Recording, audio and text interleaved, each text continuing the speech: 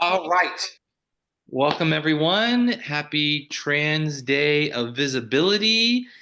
I have been heartened today. I'm friends on social media with so many pastors, and so my feed has been filled with different events taking place today, which is encouraging to me. This is an incredibly important day, especially right now, as the government of the United States and all of those supporting it are making efforts intentionally to erase trans folks from history, from society.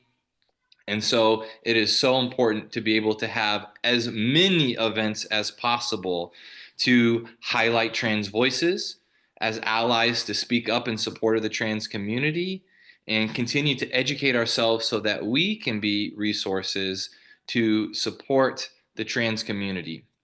And so the idea of this event tonight is an informal conversation with some trans activists and members of Claremont United Church of Christ to spotlight their voices, to hear from them, to put this onto our church's YouTube channel so that those who are not with us live can continue to hear this conversation, learn from the conversation, be part of this conversation. So much gratitude to Celeste and Amiah and Zen who agreed to be part of the conversation tonight.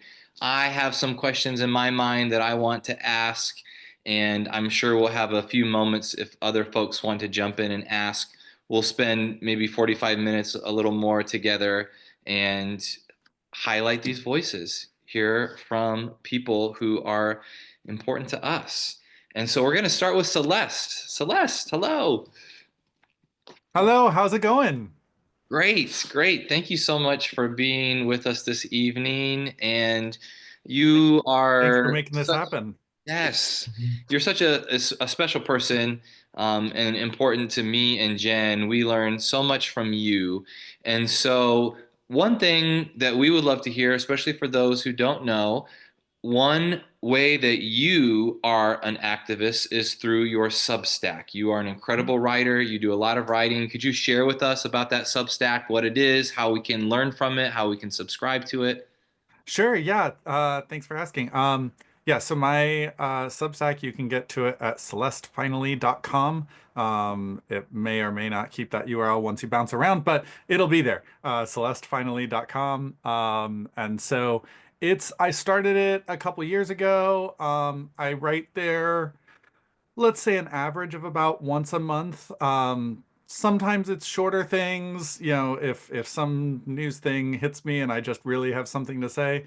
More frequently, those who know me will say my happy place is just really deeply researched, tons of footnotes, long form explorations of a given topic. So I've got articles on trans women in sports. I've got articles on, um, I've got articles on like suicide rates of trans people and just all these sorts of things.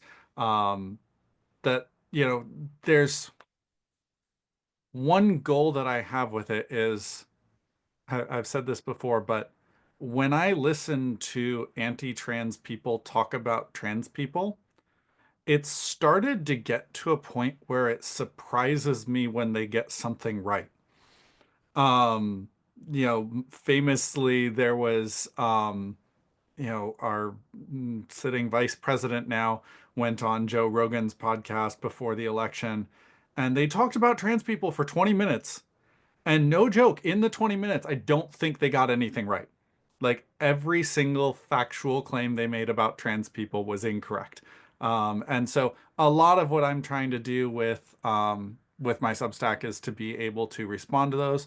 And then also as a, Christian trans woman, we really do exist. Contrary to popular belief, it was hilarious to me when Trump tried to make like transgender day of visibility is an attack on Christianity.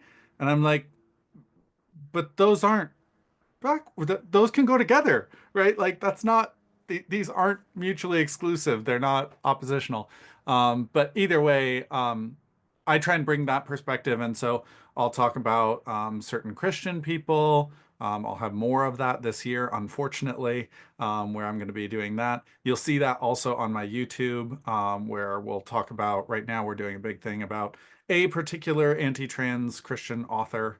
And so my friend Billy Horde and I are doing just a very long form rebuttal to a podcast episode he did about detransition. So that's kind of what I try to do. And then I'm always, always, always open to questions in the comments, or if people reach out to me. I always tell people I will answer a million good faith questions. Anytime somebody actually wants to learn, I'm super excited. And I can talk all day, as I'm already doing. So, Wonderful, wonderful. Yeah, anyone watching this, definitely recommend that you subscribe to Celeste Substack. Celeste, as someone who is very well researched and keyed into what's happening in our country, what's at the top of your mind right now, both in terms of what is really scaring you that we need to pay attention to, and is there anything that's giving you a little hope that we can augment yeah, and lift up? that's a really good question. It's interesting because there's two answers on the what's scaring me. One is something that's not that scary, but kind of functions as a bit of a canary in the coal mine, is you hear a lot of rhetoric about like trans women in sports. And it's 95 times out of 100, if you push those people on, well, do you support trans people at all? The answer is no, right? And so it's not actually a good faith, hey, I'm worried about competitive balance in sports and things like that. They just don't like trans people. And that's the socially acceptable way to do it. There's a podcast, the Anti-Trans Hate Machine podcast, that actually goes into the history of it and looks at how mostly the Christian right identified that as the foothold into anti-trans politics and ability to use it. They tried bathroom bills in North Carolina in 2015, 2016, backfired horribly on them, and so they regrouped on trans sports. There's not a ton of trans women in sports, and so in terms of overall impact, it's bad for the trans women, trans girls who are affected. It's not okay. It's a way of making them different from everybody else. It's just um, and it's unnecessary. There's no evidence. The article I did on it looked for like across, NCAA basketball, the WNBA, World Cup soccer, and looked for like, are there any trans women in these sports who are dominating? And the answer is no. They're just not there. And so that's kind of a canary in a coal mine, though, because if there's an issue where, the left is going to say, okay, let's make this reasonable concession. Let's give something away. That's going to be it. That's why we were really excited when the Senate Democrats actually voted that one down, and actually did block that one in the US Senate about a month ago. That gives me hope because they held strong on the one thing where I could imagine them kind of breaking first. Where I'm really scared at this point is trans kids. There's like 20 states now, 20 plus states where they've tried to make gender affirming care illegal for trans kids, despite every major medical organization in the country and many, many beyond this country, all saying this is the best practice medically for these kids, as a conversation between the patient, between their parents, caretakers, doctors, therapists, etc. Sometimes social workers, sometimes, this whole team, and these state governments are coming in and saying, no, we're going to veto all those people, right? We know better, right? Which is terrifying, but gender dysphoria sucks. It just does, and sometimes we forget that's what we're talking about here. At least a lot of the times is if you can't transition, you have to live with gender dysphoria, and that is a hard thing to live with. It's really hard thing to live with once you can name it and you know this is what's wrong. And so sadly, we know we're losing kids already. We know that it's just too hard for some of them. Others are certainly experiencing depression, other mental health issues, things like that. And so For me, that's the scary one right now, is because that is, my friend Billy talks about, the phrase culture war. It's like, who in the world starts a war by targeting the enemy's kids, right? And it's just it's cruel, it's awful. And I want kids to be able to grow up in a world that loves them and accepts them and cares about them and supports them, and all those things. So that's the one that's really scary to me and the one that I keep watching. So far, courts are doing a great job. There's a big case that's gonna get ruled on in June, by the Supreme Court, and we're watching that one really closely. In terms of hope, um, like I said, the Senate Democrats did the right thing. Some of the blue states are doing a really great job pushing back. Washington, Minnesota, particularly. California is a bit of a mixed bag now with our governor deciding to kind of switch to anti-trans, maybe. It's not good. But the real hope that I had was a poll that came out last week. And you can read this at Aaron in the Morning, Aaron Reed's Substack. If you don't follow Aaron Reed, you need to. She's great. Um, she published the results of a poll that showed that there was no trans rights issue where the number of people who were against the trans rights outnumbered the people who were for it. There was no trans rights issue where that was true. Most of them had a pretty sizable delta between, favor and oppose. Um, but the one thing that I loved about it was on every single one of them, they broke down demographically between people who knew a trans person and people who didn't. And on every single thing, for Republicans, Democrats, any issue, independents, etc., across the board, knowing a trans person dramatically increased the likelihood of the person supporting trans rights. It didn't, among Republicans, it didn't get to a majority, but it really moved the needle. Among Democrats, it would take something from a 55 to a 65 or a 60 to a 70. It was a huge, huge swing. And that's why I'm out here all the time, right? That's why I'm, wearing my trans rights are human rights t-shirt, and, trying to be visible, because I know that once you humanize trans people, it's so easy to talk about trans people or undocumented immigrants or, Palestinians or whoever as this other thing, as a abstraction, as a idea. But once they're your friend, it becomes a lot hard, at least to dehumanize, to paint and to demonize, and to paint them as altogether evil. That becomes very difficult to do. So that to me is the big hope, is that when people do get to know us, they tend to really change their views of us. So, Beautifully said, Celeste. That's why we are so grateful for you. And before we transition to Amiah, I'm wondering, what word do you have for anyone watching this conversation who considers himself an ally and wants to keep learning, wants to keep doing their best? What is your message or piece of advice for us? yeah, a couple things. Thing one, you can't learn enough. There's so much out there. Maybe Jacob, I can send you a list of my favorites in terms of resources, but there are so many great resources out there to learn. So many things where, like, you do hear it. Like, even I was like, okay, trans women in sports, what do we think about that? And then there's so many resources that respond to that and get into it. What is the background? So I can share some of that. If you follow my Substack, I'm constantly pointing to other resources. My favorite thing to do is to point to other books, blogs, YouTube videos, and things like that. So I enjoy doing that.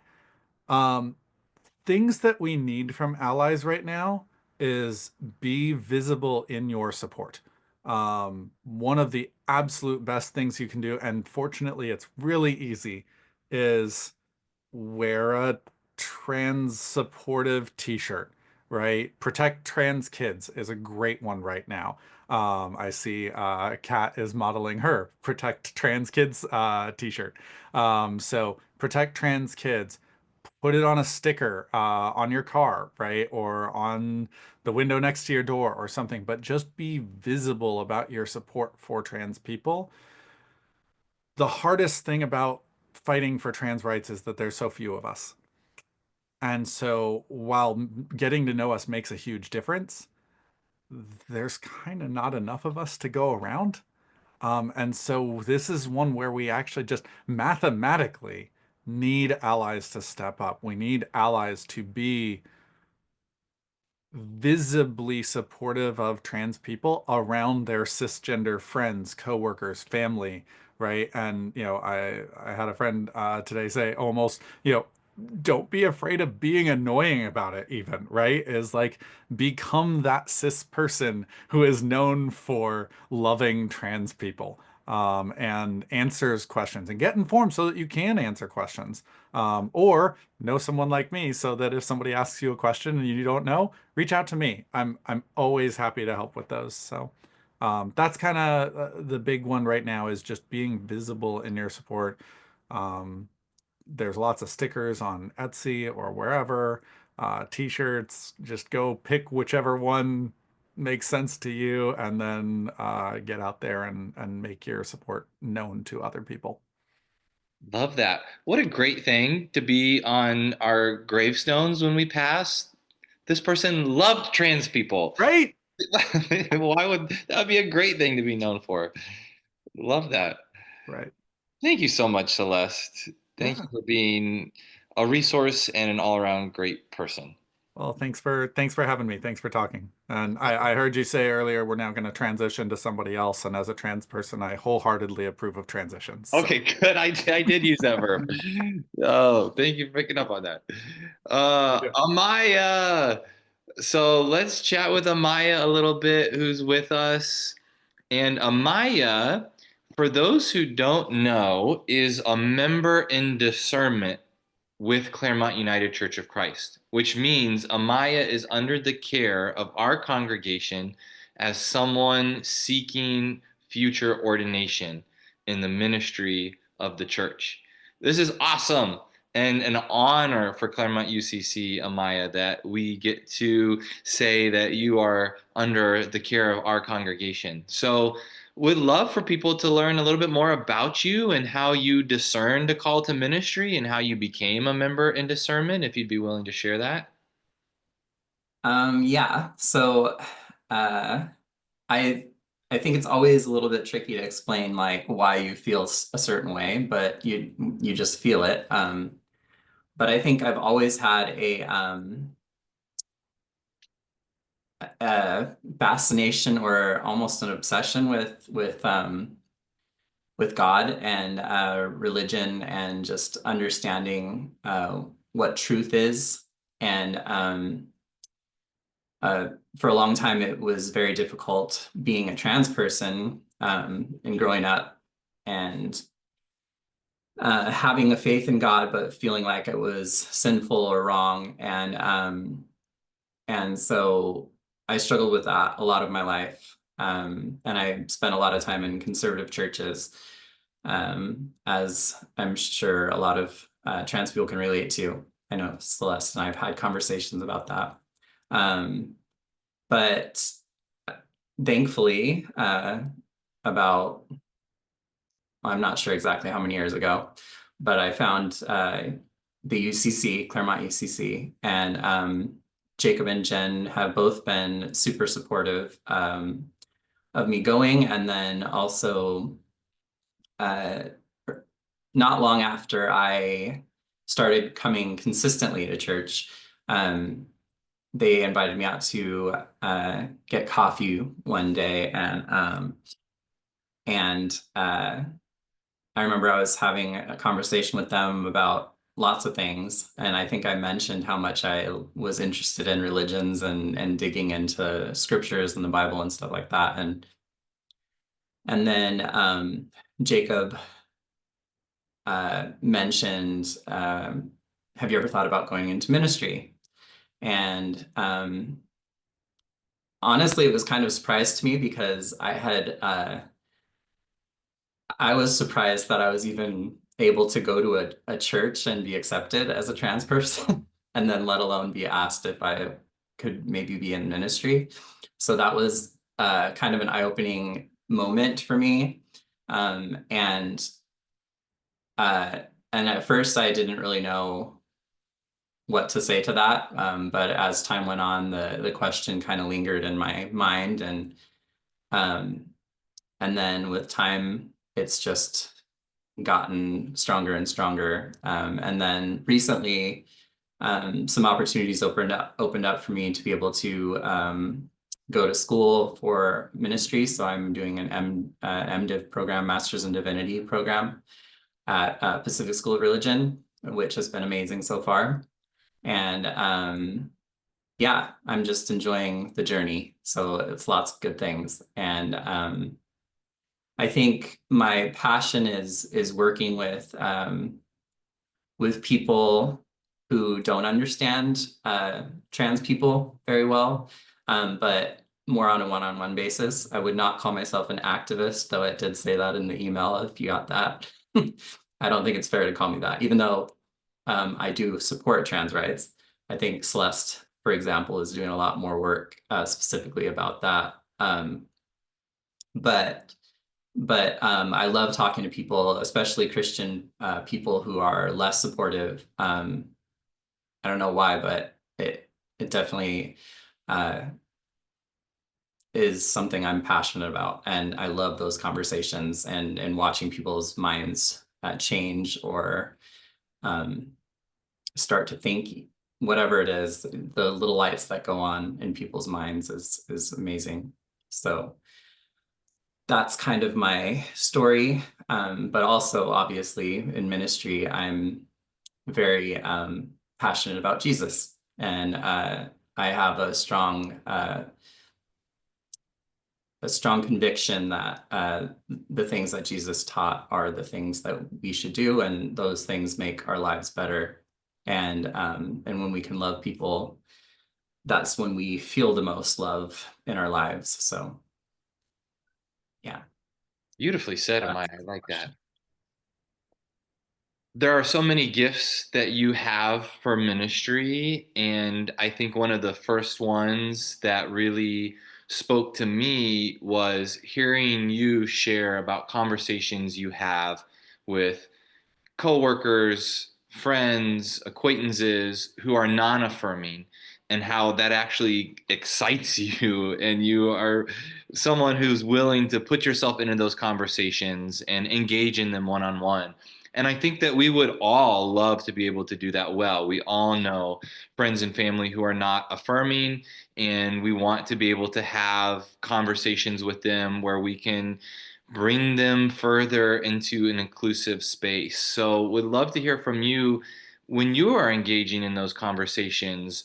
How do you protect yourself? How do you feel like you help people see your point of view? How do you get them to even listen to you in the first place? What advice do you have for having conversations with non-affirming folks? So I think that the big one is to reserve judgment for people. I think most people who are judgmental of trans people don't have a lot of information. As Celeste was saying, there's a lot of misinformation out there, especially spread by conservative media personalities. And so a lot of people, the only information they have about trans people is negative information. And so to judge them based on the only thing they've heard is I don't want to say it's unfair, but it's definitely not the place to start if you want to get somewhere with somebody. I think that I like to look at it kind of the best way to say this is, okay, like frequently in conservative churches, when people are talking about gay people or trans people, they'll say things like love the sinner, hate the sin, that kind of thing. And obviously that's not, I mean, there's lots of things surrounding that could be taken negatively, but I think honestly that's the way I look at people who don't like trans people, is like what they are, what they believe is wrong, but that doesn't make them a bad person necessarily, or it doesn't mean I shouldn't love them anyway. And so I think when you start with that, it can go a long way. And I think people can feel that. And so that's probably the first thing. But also, I would say that listening to them first opens a lot of doors. So like I like to just hear what people have to say first.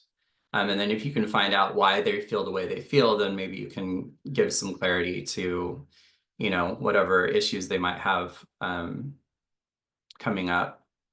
But I think the love thing is the biggest thing. I think if you just love people, then they start to find less reasons to not love you. And another thing I find really interesting that I wanted to mention is very often people that are unaffirming, when you really talk to them and dig down deep with them, they'll say things like, well, I don't have an issue with trans people, but what about, the church says this, or these other people in my circles are judgmental, and so what am I supposed to do? Just not say anything? What do I do? That kind of thing. And so it's not that people feel like trans people are bad. They feel like it's bad to accept trans people, which is kind of it's a different thing. And so the best way to combat that is go back to Jesus. If you're a Christian, that's an easy place to go. Jesus loved everybody. You don't have to even agree with it. You can think whatever you want about trans people, but it doesn't mean you shouldn't love them. Jesus loved everyone.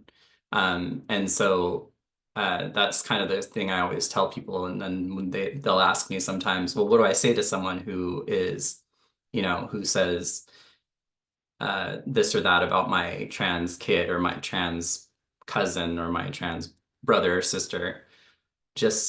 And I say, you don't have to like explain anything. You don't have to like even defend. Just say, I don't get it, but Jesus said love everyone, so I love them. I love them. That's all you have to say. And it's that easy. And like, so even just giving people those kinds of the language to support us in a way that's I don't know, non-threatening to them is a big thing. And mostly I just feel like everybody deep down is pretty awesome. That's just my feeling. It's hard to hate people close up. So I just feel like the more we have conversations, the more it changes and the more bridges that can be built. And I don't know, it's something I'm passionate about. I love getting to know people too and hearing people's stories. So I think that's part of it as well. And people love to tell their stories. So when you've heard someone's story and they've gotten to tell their story, I feel like that makes a big difference too when it comes to trusting and earning that trust, I guess. Yeah. So well said. I love that idea of giving people the language of Jesus and the permission to use that language. And that's what we're doing here. This is a conversation amongst a church community where we are all people of faith trying to pursue and live out these teachings of Christ. So, last question for you, Amiah, is in your studies right now at PSR, the Pacific School of Religion, what is it about Jesus's teachings or scripture that's exciting you? What's kind of sticking with you right now as something that's driving your own spirituality? Well, I think one topic that keeps coming up in my classes, and I don't know if I can draw to a specific scripture or story, except maybe the Good Samaritan. But one thing that I'm excited about is that this idea that unity is diverse. And so I keep having this thought that like we want to be united, but united doesn't mean we're all the same. In fact, I think that's probably the easiest way to become disunited or not united is to try to make everybody the same. And I think that when we allow for diversity, we allow for differences in each other, that's when we can truly be united in Christ. Or if you're not a Christian, in love. Um, uh, and so I think that's the biggest the thing that just keeps coming up in my mind is unity is diverse. And yeah. Thanks, Amiah. That is really good food for thought for the rest of us. All right, our last conversation partner is Zen. Hey, Zen. You and your family came to the church together a couple of years ago and are just a bright, shining light, each of you individually and collectively as a family. And so it's a joy to have you all in the congregation. Would you mind sharing with us how your family came together and said, we need to find a church to be at? What was it about worshiping together that was meaningful for you and the rest of your family? Well, I want to take off my glasses because I talk about it like that. But I think we overall, as a family, kind of had this want or need, like we're missing something of our life. And I remember for me growing up, I was those kids who always thought that religion was kind of dumb, all negative about it. Like, what's the whole point of this whole, ordeal? But as I got older, I looked at my grandparents who are very religious, and I see like something about it, like something about having faith, like even in the most darkest moments, they always seem to have this like hold on faith. And I don't know, I think it just woke me up inside, like, I think I might need that, like, because of all the stuff that I've gone through in the past growing up, I've never had that. And I think for me, that's what woke me up. My sister, the same thing. And my mom's, back then they would take us to church because we would do the whole Sunday school what's it called? Cattle, I forgot the word. But yeah, they kind of missed going to church as a family, and they've been needing that too. So I think it was just us having that lack of faith that we needed to remind us that we need that faith, especially with the world today. We need something to hold on to in the most darkest times. And that's what really brought us together and said, let's go look for a church. I can't remember who suggested uh this church over here, but we checked it out via live on YouTube, and we all just fell in love. Like, we had this huge feeling in our heart, like, yeah, this is definitely the church we would definitely want to go to. And sure enough, that's how we came to be here. So We are grateful you found us. As yes. a trans identifying person, what has it meant to you to be able to reclaim your faith? And how has faith been part of your journey in terms of existing in this world and carving out a space for yourself in this world? How has faith played a role for you in being yourself? Um, well, it's definitely knowing that there are good people out there, such as yourself and many others in this lovely meeting, that are protective of us and are true allies and are very welcoming. Because for me, I transitioned late, I guess, quote unquote, late in my life, around like mid-20s or something, when I finally realized who I was. So I thought maybe it's too late, blah, blah, blah, blah, blah. But as I saw a lot of support, I realized, it's not too late for me to be who I really am. And being in this church really sold the deal. Like, yeah, like this is good. That this faith is good.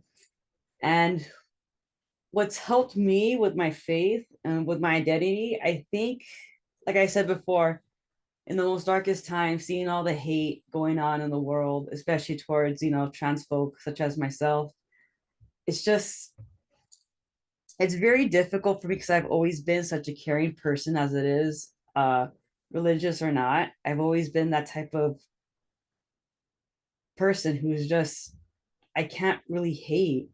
And knowing how much hate lingers in your body, just how weird it feels, it just doesn't feel right. And just knowing that faith and love will conquer, well not conquer, but it will win. And I think that's just a nice reminder that my faith and my love and my lovely church family um, will help us pull through even in the most worst days of our lives. So I hope that answers your question. That was great. And I hope people listening to you, Zen, can know that it's never too late to be who you are. Yeah. And I hope that as a church community listening to you, we live up to that calling of being there for each other in the darkest times. That's our Oh calling yeah. as a church. So I Oh hope that yeah. we can live that out. So you are here in the state of California, living in the United States, and it is a dark time for the ways in which our government has gone on the attack. They have a playbook here, and it is one cause, top five cause of what they're campaigning against. And so, how are you staying grounded right now? What is your feeling about the future? As just someone trying to live and make a life in the United States. How are you staying grounded, and what do you think the future holds for all of us, and particularly the trans community? Um, I mean, I'm gonna be very honest with you. It frightens me to the core every day. And I remember when I got that notification that who was running the world or are the states, it took me a while to process it. It just felt, I just couldn't believe it. And I remember one day after work, I came home to my mom and it finally struck me. I just remember crying and yelling to her, kind of like a vent about it, saying like, I don't understand how people are so hateful. And I might cry, I'm sorry, I just get very touchy on the subject, but I just don't understand the hate. And they, as much as I want to hate them back, I know that that's not going to do it. I have to be above them. And it's just hard when they try to put you so low to the ground. So that's why I really try not to think of the future. But I feel like as long as we have support within our little circle and we find more people who want to support us, I feel like as long as we have those, and we will win. It's just going to be a very long draining battle. But for me, being an optimist, I do have hope in the future. We did it once, we could do it again. We just have to fight back. And if it means with love, we got to do it. Yeah, it might hurt, but we have to. We can't let them win. So that's how I see it. Thank you, Zen.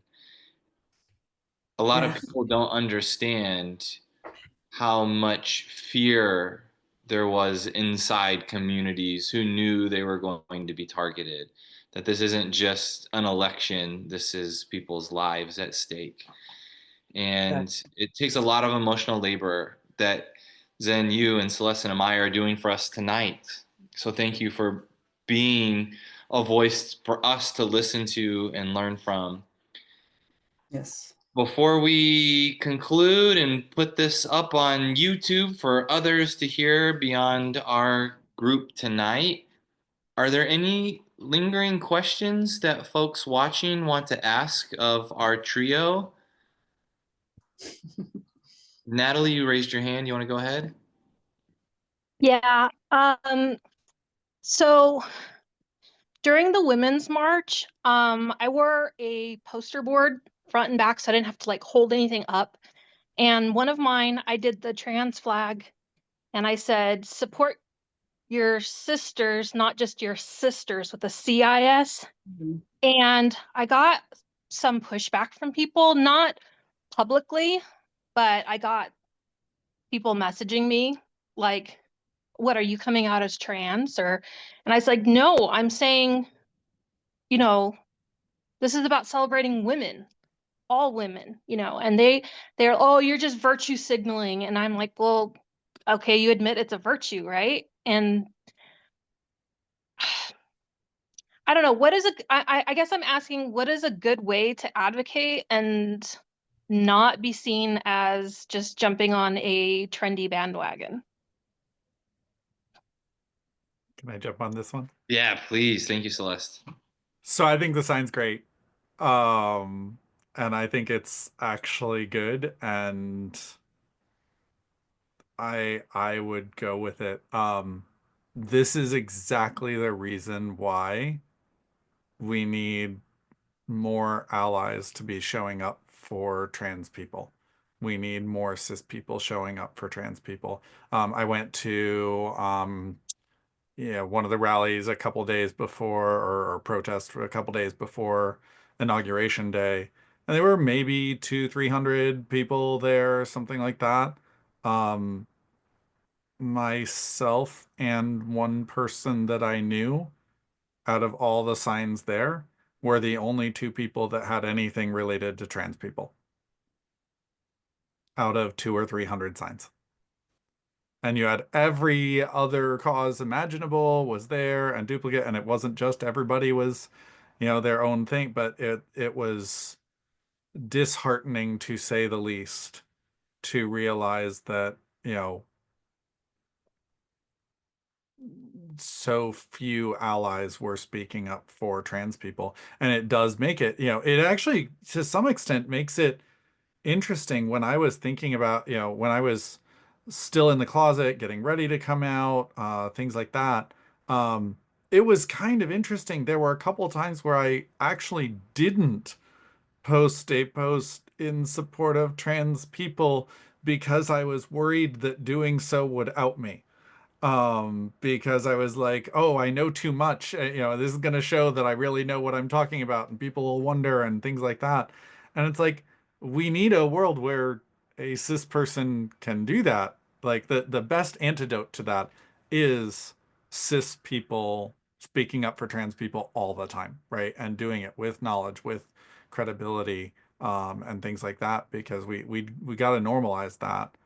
Because it does make it even dangerous just to, if somebody's in the closet and they start trying to speak up for trans people or whatever, it can, it's so rare it almost outs us by doing it. So anyway, no, I thought the sign was great, and I don't think it's trendy. I honestly, like, I get people who are like, oh, well, can I have you on a podcast? Well, I don't want to tokenize you or anything. And right now I'm like, oh my gosh, tokenize me. Like, just get, visibility, right? What we're doing today, right? Just do the thing, right? Like, be the advocate, be loud, be whatever. Like, I don't think I'd worry about that. And honestly, anybody who's pushing back and saying, "Oh, well, are you trans or are you whatever?" Those responses come across to me as a little bit likely turfy sort of people, who are unhappy about trans people. So, which isn't to mean to Amiah's point, isn't to mean that they are evil or anything like that, but it probably just means that they're not so happy about trans people.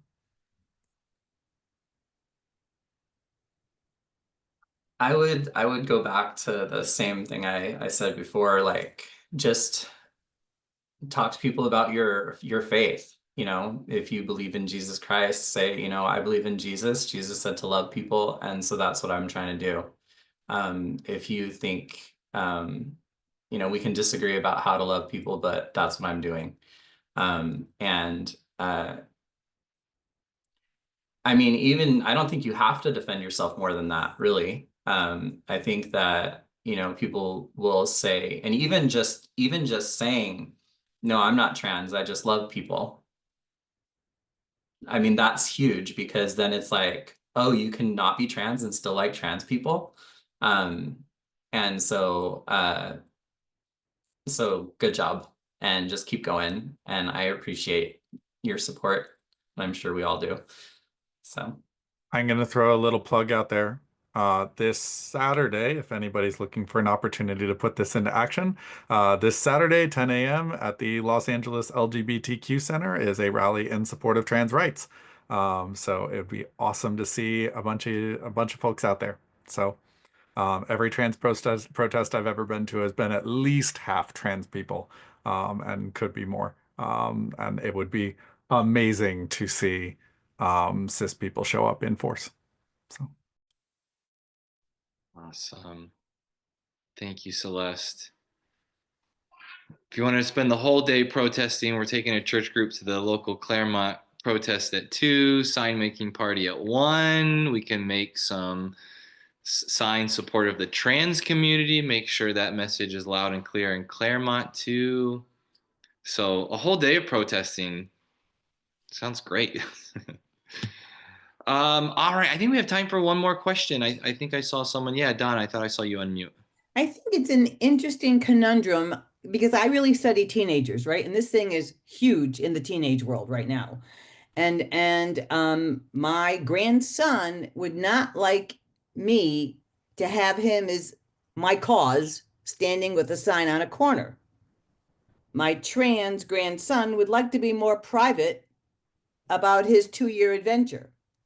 And he knows I'm totally supportive, but it's an interesting mix. And I guess I would like your reaction to, I see this a lot in the teens where they just want to be trans in their new identity, but they don't want to be front and center in some cause. Does that sound mixed up to you?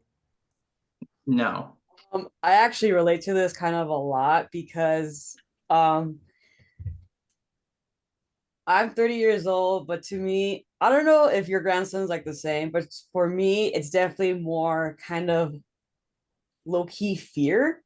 I'm afraid of being outed, and for me, it's really weird. I have this constant battle just for myself, not for anyone else. It's just a little me problem. But I want to be seen as, oh, this is my brother, this is my cousin, this is my friend. Not, I don't want to be seen with the label trans at times because I feel like that I hate to say this, but I feel like that people might not take me seriously, I guess. But like I said, this is like my fear. I actually have to get over it. I really need to be more proud of it. It's just, for me, it's just the fear. So I think you're right. Your grandson might be afraid. I'm not gonna like try to put words in his mouth, whatever. But that's just, I can relate to what he's going through, and I understand it. That's just my point of view. Maybe you can ask him about it. Maybe he'll tell you. But yeah, for me, I'm not out at work, so it's a fear of mine. That's all. yeah, I'll add every trans person is different and follow their lead, right? So when you're around your trans grandson, right, if he doesn't want to talk a lot about being trans or things like that, then don't talk about him being trans, right? Just treat him as your grandson because that's who he is. And that's always got to be the primary identity. Even for me, like my primary identity is I'm Celeste. I'm a daughter, a sister, a friend. Kind of like what Zen was saying, right? That's my primary identity. What kind of woman do I happen to be? Well, I'm a tall one. I'm a Californian one, right? Like, and I also happen to be a trans one. That's one of the adjectives you can talk about me with.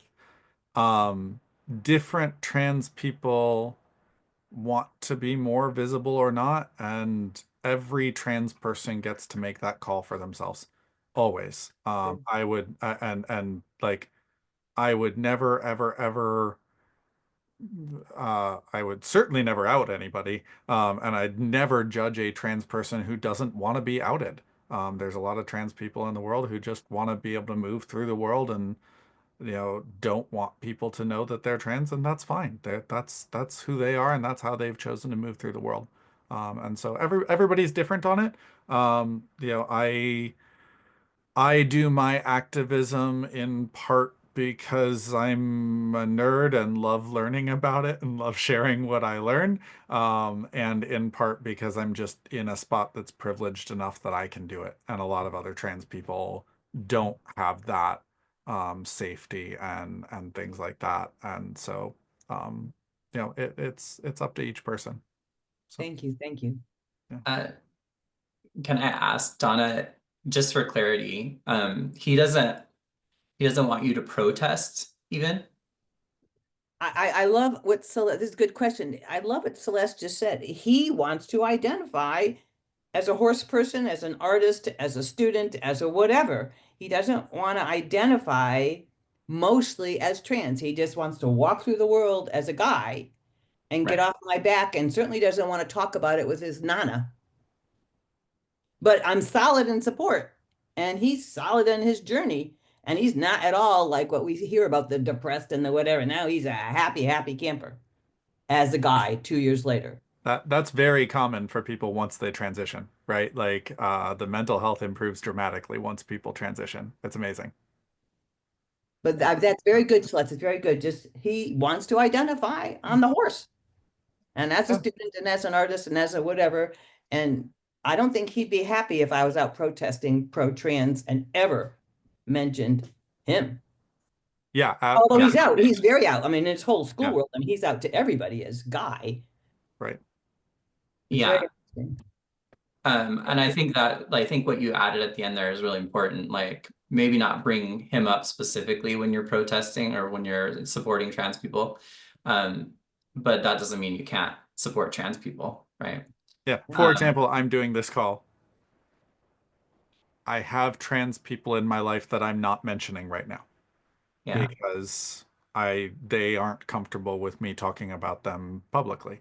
And so I'm even being very careful about how I say this so that it's unclear. Who am I talking about, right? Is it a friend? Is it a, acquaintance, whatever, right? It could be anybody. But there are people that I don't talk about their stories. That doesn't stop me from advocating for trans people because A, I'm a trans person, B, I know lots of trans people and I can advocate on their behalf. And so you can always Donna, you can always go to a protest on my behalf. I support that. You can say I'm here to support Celeste, whatever. Thank you. But yeah. Thank you. I appreciate having this space, guys. Thank you. I Great think for question. me, just one little final input. For me, I like to call myself like a quiet trans person where, yeah, I'm a quiet trans person to myself, but when it comes to other trans folk, I'm definitely going to be loud and supported as much. It's just my personal say. I'd rather just be quiet about mine. And if people give me the okay to like, say about my friends or whoever, I'll definitely do that. So. And sorry, I'm going to add one last thing here because I came to mind, and because I told you, if you get me talking, I will talk for as long as Jacob doesn't cut me off here. But no, the last thing I want to say is, and once again, I put Billy's Substack in the resources. I quote her all the time. Please subscribe to her Substack. If you only subscribe to one, me or her, subscribe to her. But anyway, she is so passionate and so articulate about,